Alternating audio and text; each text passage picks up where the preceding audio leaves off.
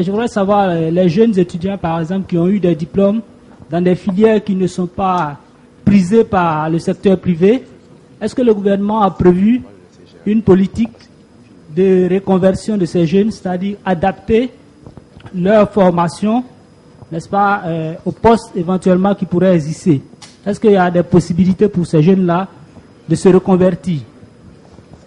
Et ensuite, la deuxième question, c'est en ce qui concerne les jeunes qui n'ont pas eu vraiment la chance d'avoir des diplômes, qui sont des mécaniciens, qui sont beaucoup dans le secteur informel, des garagistes notamment. Est-ce qu'il y a des centres de formation, est-ce qu'il y a suffisamment de centres de formation professionnelle pour assurer la reconversion de ces personnes-là? Parce qu'il faut le dire, ça c'est un défaut à corriger en ce qui concerne la formation, l'inadéquation, formation-emploi. Et je pense que ce n'est pas aussi de la faute de ces jeunes-là s'ils ont fait des formations qui ne correspondent pas aujourd'hui, n'est-ce pas, aux besoins des entreprises. Je vous remercie. Ma question, c'est de savoir, c'est vrai que c'est le secteur privé qui emploie, donc ça va peut-être réduire l'impact du rattrapage. S'agissant de la reconversion, je suis revenu là-dessus tout au long de mon exposé. Je voudrais surtout les rassurer donc ces jeunes-là, pour dire que les trois ordres d'enseignement, que sont l'éducation nationale, l'enseignement supérieur et la recherche scientifique et la formation professionnelle, travaillent à cela. Le LMD, c'est dans cette dynamique, c'est dans cet objectif.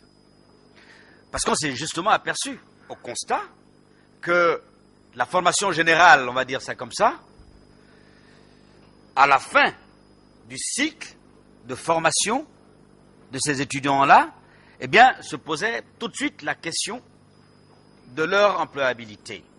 C'est pour cela que ces réformes-là ont commencé dans le cadre, justement, d'un projet, le RESEN, qui a fait ce constat pour attirer ou sonner l'alarme, donner l'alarme pour dire attention, il y a trop de rejets, justement, de notre dispositif d'enseignement général. La reconversion a commencé, en réalité. Parce qu'aujourd'hui, je sais qu'avec mon collègue de l'enseignement supérieur et de la recherche scientifique, il a fermé beaucoup d'établissements qu'on a appelés, rappelez-vous, les grandes écoles boutiques.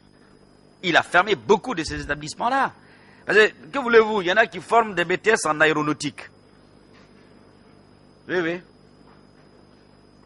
Je n'ai pas encore entendu BTS nucléaire, mais ça ne va pas tarder.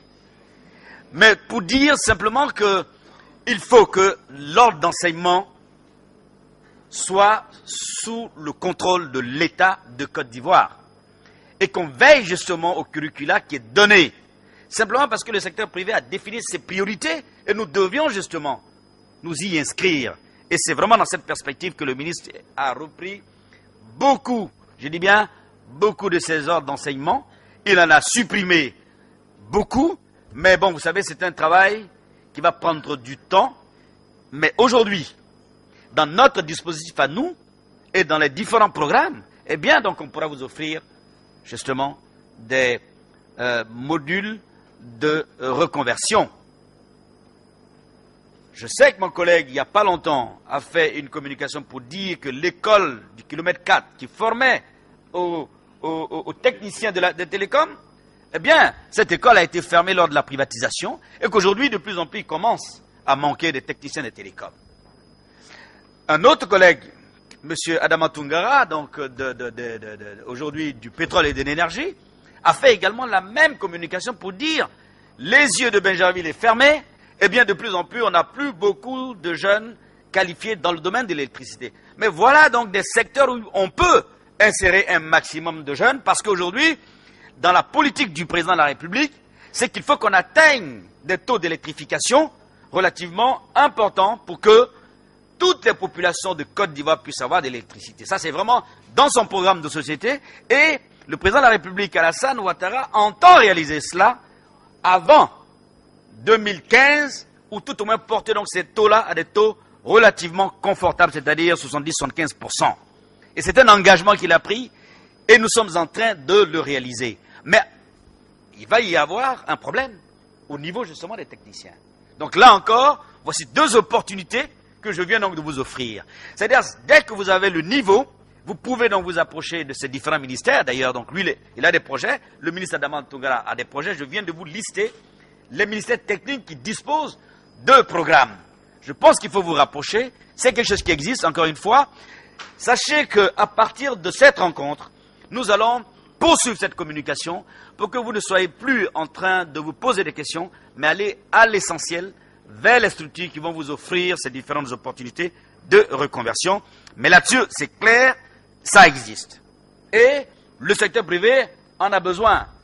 Là, on a terminé l'autoroute du Nord, Saint-Grobo-Yamoussoukro. L'année prochaine, dans le premier trimestre, on lance le deuxième tronçon. On aura encore besoin. Yamoussoukro, Boaké, on aura encore besoin des techniciens. Donc, c'est le moment d'approcher les différentes structures que je vous ai énumérées tout au long de cette conférence pour bien montrer qu'il ne s'agit pas de magie. Voilà, on ne sait pas de la magie. Il y a des projets, les projets sont identifiés, connus, eh bien, les structures existent, elles sont là, à votre disposition, allez à l'information, vous les aurez, et on pourra alors mieux encadrer tous ceux qui souhaitent donc avoir un emploi. Vraiment, le garagiste, là, il peut vraiment venir. Voilà, on a même un centre à Vridi, le CPMA, on a un autre à Koumassi, on a un autre à Yopougon, et si il n'est pas d'Abidjan, ben, il peut aller à Boaké, donc le CET de Boaké. Aujourd'hui même, on a introduit un curricula concernant les réparations, la maintenance des motos, et vous devinez pourquoi? Pour bien montrer que là aussi, les préoccupations des Ivoiriens sont en permanence reçues, et en face, nous mettons ce qu'il faut pour répondre à la demande. Alors, donc, notre ami de la mécanique, il peut venir même dès maintenant me voir à la sortie. Je lui mets sur ma carte juste un mot, il peut aller déjà à Vridi. Commencer donc sa réinsertion. Donc là-dessus, je voudrais donc vous tranquilliser. Bon, le traumatisme, le Antamorolo, tout ça là, c'est compliqué. Voilà, c'est très très compliqué. Ça, c'est un domaine qui est très très sensible. Moi, je pense très honnêtement qu'il faut que les Ivoiriens comprennent une seule chose, c'est le message de paix, le message de cohésion, le message de réconciliation du président de la République, Alassane Ouattara. Que dit-il? Que dit-il? Il dit aucun Ivoirien ne va rater le train du développement. Moi, je voudrais simplement qu'on le juge. On arrive en 2011 dans un pays chaotique. C'était le chaos, avoué. Le pays, d'après les Ivoiriens eux-mêmes, le pays était mélangé. Bon, si le pays est mélangé, il faut le mettre en ordre. Et une fois qu'il est en ordre, eh bien donc, on y applique les remèdes qu'il faut pour relancer la machine. Ça fait 30 mois que le président Alassane Ouattara est là. Et il a mis en place un certain nombre de grandes décisions appliquées. Et aujourd'hui, nous sommes en train de récolter. Et nous allons continuer de récolter, je dis bien, les fruits de ce qu'il a lancé comme nouveau deal pour la Côte d'Ivoire. Le Antamorolo, je ne crois pas que si vous allez à la PFS, vous allez à la GEFOP, vous allez PGDEC, je ne crois pas qu'on va vous dire Antamorolo. C'est pas, ils ne vont pas vous poser cette question. Je crois très honnêtement qu'il faut qu'on dépasse ces choses-là. L'important, c'est ce que nous venons de vous dire. C'est 1 777 000. Tâchez d'être dans ces 1 777 000. Si vous n'avez pas la formation, tâchez de venir donc nous voir, être dans notre dispositif pour que, eh bien, vous soyez éligibles à ces différents projets.